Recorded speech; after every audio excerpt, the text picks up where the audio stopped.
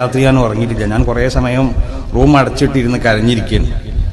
കാരണം ചില ഇതുപോലുള്ളൊരു സ്ഥാനത്ത് ഞാൻ എത്താനുള്ള ചില പ്രത്യേക കാരണങ്ങൾ ആലോചിക്കുമ്പോഴാണ്. ഒന്ന്, എൻ്റെ ഈ തലയിൽ ഒരുപാട് സമസ്ത കേരള ജമിയത്തുൽമൻ്റെ മഹാന്മാരാവുന്ന നേതാക്കന്മാർ മന്ത്രിച്ചു കൂടിയിട്ടുണ്ട്.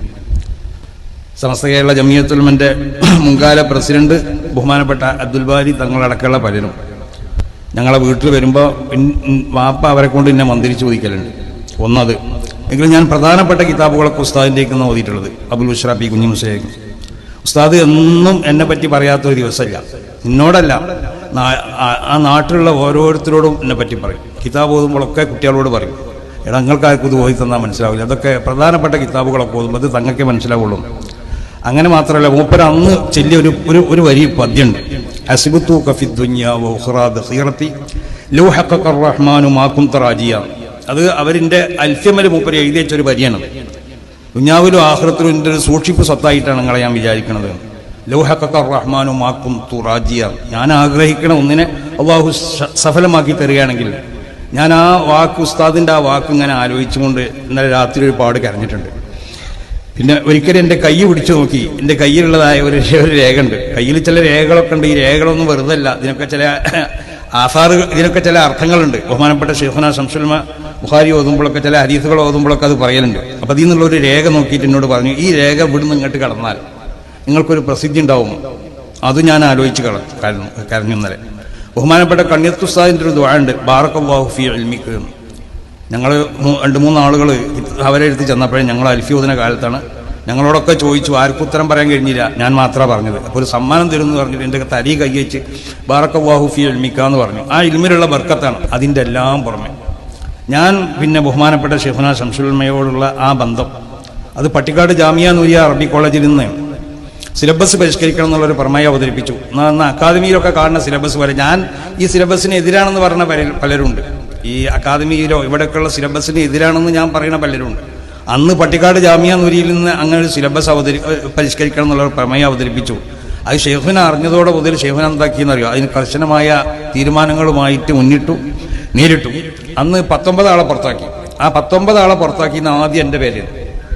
പക്ഷെ എന്നെ മാത്രം ഷെയ്ഖുന തിരച്ചെടുത്തു. അതൊരു കൊല്ലത്തിൻ്റെ മധ്യത്തിലായിരുന്നത്. ഞാനവിടെ മുക്തസിൽ പഠിക്കുന്ന ഇടക്കാലത്ത് വെച്ചു 18 ആളെ പുറത്താക്കി. അതിനുള്ള അധിക ആളുകളൊന്നും ജമാഅത്തുൽ മുജാഹിദീങ്ങളുമാണ്. ചുരുക്കം ചില ആളുകളെ നമ്മളെ സുന്നി ആശയത്തിലുള്ള ഡോക്ടർ അബ്ദുറഹ്മാൻ ഉൾവട്ടൂർ പോലുള്ള ചില ആളുകൾ, അവർ നമ്മളെ കൂടെയുള്ളത് അവർ സുന്നികളാണ്. അന്ന് എന്നെ മാത്രമാണ് ഷെയ്ഖുന തിരിച്ചെടുത്ത്.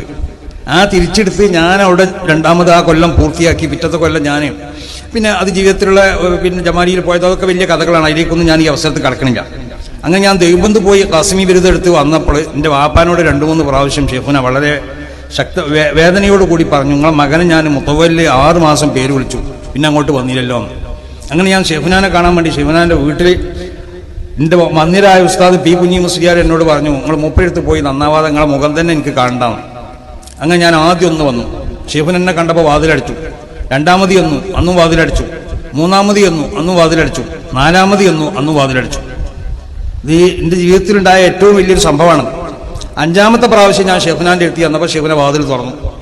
എന്നോട് പറഞ്ഞു, ഞാൻ നിങ്ങളെ പരിശോധിക്കുന്നത്, നിങ്ങൾ മനസ്സറിഞ്ഞിട്ടാണോ എൻ്റെ അടുത്ത് വരണത്, അതല്ല നിങ്ങൾ ഇങ്ങനെ ആരെങ്കിലും പറഞ്ഞിട്ടാണോ വരുന്നത് എന്നുള്ളത് ഇങ്ങനെ നോക്കിയെന്ന്. അപ്പം എനിക്ക് മനസ്സിലായി 4 പ്രാവശ്യങ്ങൾ വന്നല്ലോ, അപ്പം മനസ്സറിഞ്ഞുകൊണ്ടുള്ളൊരു നന്നാവലിനാണ് വന്നത് എന്ന്.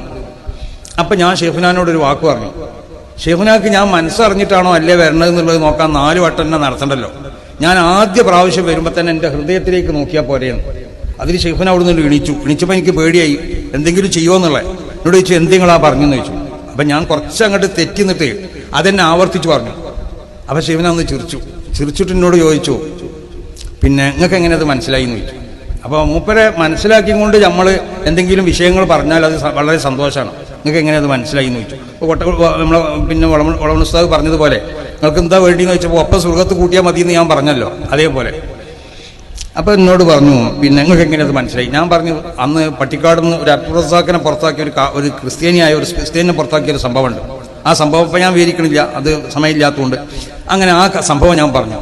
അപ്പം നിങ്ങൾക്ക് എന്നെ പറ്റി അങ്ങനത്തെ വിശ്വാസമാണില്ലേ എന്ന് ചോദിച്ചു. ഞാൻ പറഞ്ഞു, ആ ഒരു വിശ്വാസം തന്നെയാണ്. അപ്പം ഞാൻ പറഞ്ഞു, ഇനി ഞാൻ പട്ടിക്കാട്ടിക്ക് പോരാണ് 2 കൊല്ലം അവിടെ വന്ന് നിൽക്കാം. അപ്പം എന്നോട് പറഞ്ഞു, നിങ്ങൾ അങ്ങോട്ട് വരുമൊന്നും വേണ്ട, നിങ്ങൾ ഇനി ദർസ് നടത്തിയാൽ മതി എന്ന് പറഞ്ഞു. പിന്നെ നന്ദിയിൽ ഞാൻ മുദല്ലിസായി ചെന്നപ്പോൾ എന്നോട് പറഞ്ഞു ആ ദൈവബന്ധം എന്നുള്ള ആ പിന്നെ സനദുകളും ഇജാസുകളും ഒക്കെയാണ് വലിച്ചെറിഞ്ഞാൽ ഒക്കെ ഞാൻ പുതിയത് തരണ്ടെന്ന് പറഞ്ഞു. ഒക്കെ പുതിയത് തന്നു. ആ മൂപ്പര് എന്നെ വളർത്തിയതാണ്. എനിക്കറിയാം ഞാൻ എങ്ങനെ ഇവിടേക്ക് എത്തുന്നുള്ളത്. ഞാൻ ആദ്യം അത് മനസ്സിലാക്കിയിട്ടുണ്ട്. എന്നോട് മുമ്പ് പറഞ്ഞിട്ടുണ്ട്. ഞാൻ പലരോടും അത് പറഞ്ഞിട്ടുണ്ട്.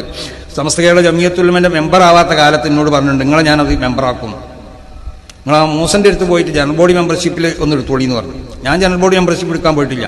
ഞാനൊരു സംഗതി അങ്ങോട്ട് ആവശ്യപ്പെടാം വ്യംഗ്യമായിട്ടും അല്ലാതെയും ആവശ്യപ്പെട്ടിട്ടില്ല. എനിക്കറിയാം എത്തേണ്ട സ്ഥലത്തൊക്കെ എത്തിയാൽ മതി, അത് എത്തേണ്ടടുത്തൊക്കെ ബഹുമാനപ്പെട്ടവർ എത്തിക്കുന്നു. അപ്പോൾ ആയിഷ ബീവി റളിയല്ലാഹു തആല അൻഹയെ സംബന്ധിച്ച് ഖദ്ഫ് പറയപ്പെട്ടപ്പോഴും അതിന് ആയിഷ ബീവി അതിൽ നിന്ന് വിശുദ്ധയാണെന്നുള്ളത് സ്ഥാപിച്ചുകൊണ്ട് ആയത്ത് ഇറങ്ങിയപ്പോഴും ആയിഷ ബീവിനോട് ഇങ്ങനെ എല്ലാവരും പറഞ്ഞല്ലോ റസൂലുള്ളാഹിന്റെ അടുത്ത് കണ്ട് ചെല്ലി അങ്ങനെ പറയും ഇങ്ങനെ പറയുന്നൊക്കെ. അപ്പോൾ 37 പറഞ്ഞു എനിക്ക് ആരോടും കടപ്പാടില്ല, എനിക്ക് അള്ളാഹിനോട് മാത്രമേ കടപ്പാടുള്ളൂ എന്ന് പറഞ്ഞല്ലോ. എന്ന് പറഞ്ഞതുപോലെ ഇതിനൊക്കെയുള്ള കടപ്പാട് അള്ളാഹു സുബ്ഹാനഹു വ തആലാനോടും ബഹുമാനപ്പെട്ട ശൈഖുനാനോടും മാത്രമാണ്. കാരണം അവർ എന്നെ ഈ എത്തിക്കേണ്ട സ്ഥലത്തേക്കൊക്കെ എത്തിക്കുമെന്ന് എനിക്കറിയാം. അപ്പം അതുകൊണ്ട് എൻ്റെ ഇൽമിൽ മഹാന്മാരെ ദുആ കൊണ്ടിട്ട് ബർക്കത്തുണ്ടായിട്ടുണ്ട്. അവർ ഊതിയ ആ ഗുണം അതിൽ കാണുന്നുണ്ട്.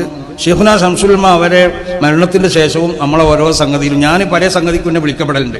ചില സംഗതിക്കൊന്നും ഞാൻ പോകലില്ല. ഞാൻ ചില സമയത്ത് പോകാൻ ഉദ്ദേശിക്കുമ്പോൾ ഞാൻ അവരെ മേലൊരു ഫാത്തി ഓതല. അപ്പോൾ എനിക്ക് പോകണമെന്നോ പോകണ്ടെന്നുള്ളൊരു തോന്നൽ തോന്നും. പോകണമെന്ന് തോന്നുകയാണെങ്കിൽ ഞാൻ പോകുള്ളൂ, അല്ലെങ്കിൽ ഞാൻ പോകില്ല. അപ്പോൾ അതെന്താണെന്ന് ചോദിച്ചാൽ അത് എന്നെ സംബന്ധിച്ചിടത്തോളം എന്തെങ്കിലും നിലയ്ക്ക് എനിക്കൊരു വാഴത്ത് ഒരു താഴ്മത്തരം വരുന്ന സ്ഥലത്തേക്ക് ഷെയ്ഖുന എന്നെ പറഞ്ഞേക്കലില്ല, എനിക്ക് ഉറപ്പാണ്. അപ്പം ഞാൻ ഷെയ്ഖുനാൻ്റെ പേരിൽ ഫാത്തിഹ ഓതാൻ വേണ്ടി ഓരോരുത്തരോടും കൽപ്പിക്കണമായിരിക്ക് ഇവിടെ ലോകത്താരും ഷെയ്ഖുനാൻ്റെ പേരിൽ നിങ്ങൾ ഫാത്തിഹ ഓതിക്കോ എന്ന് പറഞ്ഞില്ല. എൻ്റെ ഗറോഫിൽ ആയിരക്കണക്കിന് ഫാത്തിഹകളാണ് ഷെയ്ഖുനാക്ക് ഓരോ ദിവസവും കിട്ടിക്കൊണ്ടിരിക്കുന്നത്. ഞാൻ എന്നും ഷെയ്ഖുനാൻ്റെ മേൽ ഫാത്തിഹ ഓതലുണ്ട്. അപ്പോൾ ആ നിലക്ക് അവരെ വളരെയധികം ബഹുമാനിക്കുകയും ആദരിക്കുകയും ചെയ്തു. അതിനൊരു പ്രതിപകാരം എന്നുള്ള നിലക്ക് മൂപ്പര നിയന്ത്രണത്തിലാണ് ഞാൻ ഇന്നുള്ളത്. അതിൻ്റെ ഒരു വളർച്ചയാണ് ഇവിടെ ഒക്കെ കണ്ടുകൊണ്ടിരിക്കുന്നത്. ബഹുമാനപ്പെട്ട ഉമർ ഫൈദി സൂചിപ്പിച്ചതുപോലെ ഇതൊക്കെ എന്ന് പറഞ്ഞാൽ മഹാന്മാരോടുള്ള കുരുത്തം, അവർക്കുള്ള സ്നേഹം, അവരുടെ ആദരവ്, അവർ നമ്മളെ വളർത്തിക്കൊണ്ടിരിക്കും, നമ്മളെ എത്തേണ്ടടുത്ത് എത്തിച്ചുകൊണ്ടേയിരിക്കും. അപ്പോൾ ഇത് ഒരു വലിയതായ ഒരു സ്ഥാനമാണ് എന്നിലേക്ക് അർപ്പിക്കപ്പെട്ടുള്ളതെന്ന് നമുക്കൊക്കെ അറിയാം. ഇത് അറിയിക്കുന്നതായ എല്ലാ പ്രൗഢിയോടുകൂടി അതിനെ നടത്തിക്കൊണ്ടുപോകാനുള്ളതായ തൗഫീഖ് എനിക്കുണ്ടാവണം. അതിനുവേണ്ടി എല്ലാവരും ദുആ ചെയ്യാം. റസൂലുള്ളാഹി സ്വല്ലല്ലാഹു അലൈഹി വസല്ലം ഖൈബർ യുദ്ധത്തിൻ്റെ അന്ന് പറഞ്ഞു, ല ഉഅതി അന്ന റായത റജുലൻ യുഹിബ്ബുഹുല്ലാഹു വറസൂലുഹു.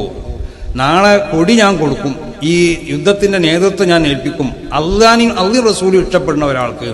രാവിലെ എല്ലാ സഹാബത്തും വന്ന് ലൈനൊന്നും ചെയ്യും, എനിക്കാണ്. അപ്പോൾ റസൂൽ ചോദിച്ചു, അലി എവിടെയോ? അപ്പോൾ മൂപ്പര് സുഖമില്ലാതെ കിടക്കുകയാണെന്ന് പറഞ്ഞു. കാരണം എന്തുകൊണ്ട് ഞങ്ങൾക്ക് ആർക്കെയും തന്നാളി എന്നുള്ള ആൾക്ക്. റസൂൽ പറഞ്ഞു അത് പോരാ, ഓനെ പോയി വിളിച്ചുകൊണ്ടിരുന്നു. അലി റളിയല്ലാഹു അൻഹുവിനെ വിളിച്ചോടുന്നു. മൂപ്പരെ കണ്ണിൽ ചെങ്കണ്ണുണ്ടെന്ന് റസൂൽ തുപ്പി അതിനെ തടഞ്ഞു. അത് അപ്പം തന്നെ സുഖമായി അലി റളിയല്ലാഹു അൻഹുവിനെ നേതൃത്വം ഏൽപ്പിച്ചു. എന്നതുപോലെ ഞാൻ എന്നോട് ചോദിക്കുന്നവരോടൊക്കെ പറയുന്ന ഷെയ്ഖുനാനെ അങ്ങോട്ട് ഇഷ്ടപ്പെടുകയും ചെയ്യുന്നതായ ഒരാളെ കയ്യിൽ സമസ്തൻ്റെ പ്രസിഡന്റ് സ്ഥാനം വരും. പലരോടും ചോദിച്ചാൽ അറിയാം, എന്നോട് ചോദിച്ചവരോടൊക്കെ ഞാൻ അങ്ങനെ പറഞ്ഞിട്ടുണ്ട്. അപ്പോൾ അത് ഷെയ്ഖുന അങ്ങോട്ടും ഇഷ്ടപ്പെടുന്നുണ്ട്, ഷെയ്ഖുന അങ്ങോട്ടും ഇഷ്ടപ്പെടുന്നുണ്ട് എന്നുള്ളത് സമസ്തൻ്റെ പ്രസിഡന്റ് ആയപ്പോൾ ഇപ്പോൾ മനസ്സിലായല്ലോ, അതേ പറയാനുള്ളൂ. അപ്പോൾ അതൊരു വല്ലാത്തൊരു ഇഷ്ടം തന്നെയാണ്. ഞാൻ മൂപ്പരെ മനസ്സിലാക്കിയിട്ടുണ്ട് ആരാണെന്നുള്ളത്. അത് ഞാൻ എല്ലാ സ്ഥലത്തും പറയലുണ്ട്. ഞാൻ വളരെ വ്യക്തമായി പറയേണ്ടത് കേരളത്തിൽ ഔലിയാക്കന്മാർ പലതും ഉണ്ടായിട്ടുണ്ട്. ഇവരെ ഈ ദർജ എത്തിക്കുന്ന ഒരു വലിയില്ല. ഇതൊന്നും എല്ലാവർക്കും മനസ്സിലായിക്കൊണ്ടിരിക്കുകയാണ്. ഇൽമിൽ ഒരുപാട് ആലിമീങ്ങൾ ഇവിടെ ഉണ്ടായിട്ടുണ്ട്. പക്ഷെ ഷെയ്ഖുനാന്റെ ഇൽമിനോട് കടപിടിക്കാൻ പറ്റുന്നതായ ഒരു ആലിം ഇവിടെ കേരളത്തിൽ ഉണ്ടായിട്ടില്ല. അതൊട്ടുണ്ടാവില്ലല്ലോ, അതിൽ യാതൊരു സംശയമില്ല. പക്ഷെ അവരിവിടെ കാണിച്ചു തന്ന ഈ പാത ഉണ്ടല്ലോ, ആ പാതയിൽ കൂടി ഈ പ്രസ്ഥാനത്തിനെ സഞ്ചരിപ്പിക്കാൻ നമുക്കൊക്കെ കഴിയും. അതാണ് ഷെയ്ഖുന പറഞ്ഞത്, നികത്താനാവാത്ത നഷ്ടം എന്ന് പറയാൻ പാടില്ല. ആ പാതയിൽ കൂടി ഇതിനെ സഞ്ചരിപ്പിക്കുക, അവരുടെ റൂട്ടിൽ കൂടി നമ്മൾ സഞ്ചരിപ്പിക്കുക, അതിന് നമുക്ക് കഴിയും, യാതൊരു സംശയമില്ല. അപ്പോൾ സമസ്ത കേരള ജമിയത്തുൽ ഉലമ എന്നുള്ളത് അത് ഉത്തരോത്തരം അത് വളർന്ന് അത് വലിയൊരു പ്രസ്ഥാനമായിക്കൊണ്ട് ഈ മുസ്ലിം ഉമ്മത്തിനിക്ക് താങ്ങും തണലും ആയിക്കൊണ്ട് ഖിയാമത്ത് നാൾ വരെ ഇവിടെ നിലനിൽക്കും. മഹാന്മാർ പറയുന്നത് പോലെ ഈ കൊടി അതിനെ ഏൽപ്പിക്കേണ്ടതായ മഹാന്മാരിലേക്ക് ഈ കൊടിനെ നമ്മൾ ഏൽപ്പിക്കുകയും ചെയ്യും, യാതൊരു സംശയമില്ല. അതിന് അല്ലാഹു സുബ്ഹാനഹു വ തആല ഈ പ്രസ്ഥാനത്തിനും ഈ പ്രസ്ഥാനത്തിനെ നയിക്കുന്നതായ മഹാന്മാരാകുന്ന അതിൻ്റെ നേതാക്കന്മാർക്കും അതിൻ്റെ പണ്ഡിതന്മാർക്കും അതിനോട് ബന്ധപ്പെട്ട എല്ലാവർക്കും അല്ലാഹു അതിന് തൗഫീഖ് ചെയ്യട്ടെ. അധികാരമൊക്കെ എന്ന് പറഞ്ഞാൽ നമ്മൾ ചോദിക്കാതെ അധികാരം നമ്മളെ കയ്യിലേക്ക് വന്നാൽ അല്ലാഹുവിൻ്റെ സഹായം ഉണ്ടാവുന്നു. റസൂൽ സല്ലല്ലാഹു അലൈഹി വസല്ലമ തങ്ങൾ വളരെ വ്യക്തമായ നിലക്ക് പ്രഖ്യാപിച്ചതാണ്. ഇത് ആരോടും ആവശ്യപ്പെട്ടിട്ട് കിട്ടിയതല്ല ഈ മഹത്താവുന്ന പദവി. ഇതൊരു മഹത്തായ പദവി തന്നെയാണ്, അതിൽ സംശയമില്ല. അപ്പം ഞാൻ സന്തോഷം കൊണ്ട് കരയലാണ് എനിക്കിപ്പോൾ വരേണ്ടത്. ഇപ്പോഴെന്നല്ല, ഇത് ഏറ്റെടുത്ത ആ സമയം മുതൽ എനിക്ക് എപ്പോഴും കരച്ചിലാണ് വരേണ്ടത്. കാരണം എന്തുകൊണ്ട് ഞാൻ ആവശ്യപ്പെടാതെ, ഞാൻ ഒരു നിലക്കും ആവശ്യപ്പെട്ടിട്ടില്ല ഈ ഒരു സ്ഥാനങ്ങളും. അത് ആവശ്യപ്പെടാതെ കിട്ടിയതുകൊണ്ട് അല്ലാഹുവിൻ്റെ ജാനിബിൽ നിന്നുള്ള പ്രത്യേക തൗഫീഖും സഹായമൊക്കെ ഉണ്ടാവും എന്നുള്ള കാര്യത്തിൽ യാതൊരു സംശയമില്ല. മശായിഖന്മാർക്കുള്ളതായ തർബിയത്തും അവർക്കുള്ളതായ പ്രത്യേക മദതൊക്കെ ഉണ്ടാവും എന്നുള്ള കാര്യത്തിലും യാതൊരു സംശയമില്ല. എല്ലാവരോടും പറയാനുള്ളത് സമസ്ത കേരള ജമിയത്തുൽ ഉലമ എന്ന് പറഞ്ഞ ഈ മഹത്താവുന്ന പ്രസ്ഥാനം, അതിൻ്റെ പിന്നിൽ അണിനിരക്കുക, അത് വരച്ച് വന്ന ആ റൂട്ടിൽ കൂടി മാത്രം സഞ്ചരിക്കുക. അതിൻ്റെ അപ്പുറത്തേക്കും പോകാൻ പാടില്ല, ഇപ്പുറത്തേക്കും പോകാൻ പാടില്ല. ഇതിൻ്റെ നേതാക്കന്മാർ നമ്മളെ കൈ പിടിച്ച് നമ്മളെ കൊണ്ടുവരേണ്ട സ്ഥലത്ത് എത്തിക്കേണ്ട സ്ഥലത്ത് എത്തിക്കാൻ കഴിവുള്ളവരാണ്. ബഹുമാനപ്പെട്ട വരക്കൽ മുല്ലക്കോയ തങ്ങളും ഞാൻ പറഞ്ഞല്ലോ, ശേഖനാനോട് നിങ്ങൾ ഒപ്പം സ്വർഗത്തിൽ കൂട്ടുകയാണ് നമുക്ക് ആവശ്യം. ഒപ്പം സ്വർഗത്തിലേക്ക് നമ്മളെ കൈ പിടിച്ച് കൊണ്ടുപോകാൻ എല്ലാ നിലക്കും പറ്റണതായ മഹാനാണ് ബഹുമാനപ്പെട്ട ശൈഖുനാ ശംസുൽ ഉലമാ ഖദ്ദസുള്ള. സമസ്തയിൽ നിന്ന് പല ആലിമീങ്ങളും മരണപ്പെട്ടു പോയിട്ടുണ്ട്. ബഹുമാനപ്പെട്ടവർക്കുള്ളതായ ഒരു അംഗീകാരം, ഒരു ആദരവൊക്കെ ഒരാൾക്കും കിട്ടിയിട്ടില്ല, അത് കിട്ടുകയില്ല. ആ നിൽക്കുള്ള മഹാനാണ് ബഹുമാനപ്പെട്ട ശൈഖുനാ ശംസുൽ ഉലമാ ഖദ്ദസുള്ള. അവർ തന്നെ പറയലുണ്ട്, ഈ നികത്താനാവാത്ത നഷ്ടമൊന്നും ഒരിക്കലും ആരെ പറ്റിയും പറയരുത് എന്നാണ് പറയുന്നത്. നമ്മൾ ഈ നികത്താനാവാത്ത നഷ്ടം എന്നൊരാൾ മരിച്ചാൽ പറയണ്ടല്ലോ, മൂപ്പര് പറയല് എന്താടാ ഈ നികത്താനാവാത്തൊരു നഷ്ടമില്ല, എല്ലാ നഷ്ടവും നികത്താൻ വേണ്ടി നമ്മൾ ശ്രമിക്കണം. നികത്താനാവാത്ത നഷ്ടമൊന്നുമില്ല. പക്ഷേ മഹാന്മാർ മുൻകഴിഞ്ഞതായ മരിച്ചുപോയ മഹാന്മാരെ പോലുള്ള ആളുകൾ വരാൻ ചിലപ്പോൾ പ്രയാസമായിരിക്കും. അവരെ മാതിരിക്ക് എല്ലാ നിലക്കും ആ നിലക്കുള്ളതായ തഫവ്വുഖ് ഉള്ളതായ ആളുകൾ ചിലപ്പോൾ പ്രയാസമായിരിക്കും. പക്ഷെ അവർ നടത്തിക്കൊണ്ടുപോയിരുന്ന സംഗതികളൊക്കെ ഇവിടെ നികത്തപ്പെടുക തന്നെ ചെയ്യും. അപ്പം നികത്താനാവാത്തൊരു നഷ്ടമില്ല. സമസ്ത കേരള ജമിയത്തുൽ ഉലമയെ സംബന്ധിച്ചിടത്തോളം പ്രത്യേകിച്ച് അതിൻ്റെ മഹാന്മാരാവുന്ന ഉസ്താദന്മാരൊക്കെ മരണപ്പെട്ടു പോയിട്ടുണ്ടെങ്കിലും അവർ നമ്മളോട് കൂടെ ഈ മഹത്താവുന്ന പ്രസ്ഥാനത്തിനെ അതിനെ നിയന്ത്രിച്ചും കൊണ്ട് അതിനെ മുന്നോട്ട് കൊണ്ടുപോകാൻ നമ്മളെ കൂടെ ഉണ്ട്. നമുക്ക് വേണ്ട മാർഗനിർദ്ദേശങ്ങളൊക്കെ ചെയ്യാൻ അവർ നമ്മളൊപ്പമുണ്ട്, യാതൊരു സംശയമില്ല. സമസ്ത കേരള ജമിയത്തുൽ ഉലമയെ ഉയർച്ചയിൽ നിന്നും ഉയർച്ചയിലേക്ക് ഉയർത്തനാവുക. സമസ്ത കേരള ജമിയത്തുൽ ഉലമ എന്ന് പറഞ്ഞ ഈ മഹിതമാവുന്ന പ്രസ്ഥാനത്തിനെ എല്ലാ ഷർറുകളിൽ നിന്നും കാത്തുരക്ഷിക്കണേ തമ്പുരാനെ. അതിന്റെ മഹാന്മാരാവുന്ന ഉസ്താദന്മാർക്ക് ദീർഘായുസ്സും ആഫിയത്തും നൽകണേ അല്ലാഹ്. റബ്ബനാ ആതിനാ ഫിദ്ദുനിയാ ഹസനത്തൻ വഫിൽ ആഖിറതി ഹസനത്തൻ വഖിനാ അദാബന്നാർ. റബ്ബനാ തഖബ്ബൽ മിന്നാ ഇന്നക അൻതസ് സമീഉൽ അലീം വതുബ് അലൈനാ ഇന്നക അൻതത് തവ്വാബുർ റഹീം. ആമീൻ.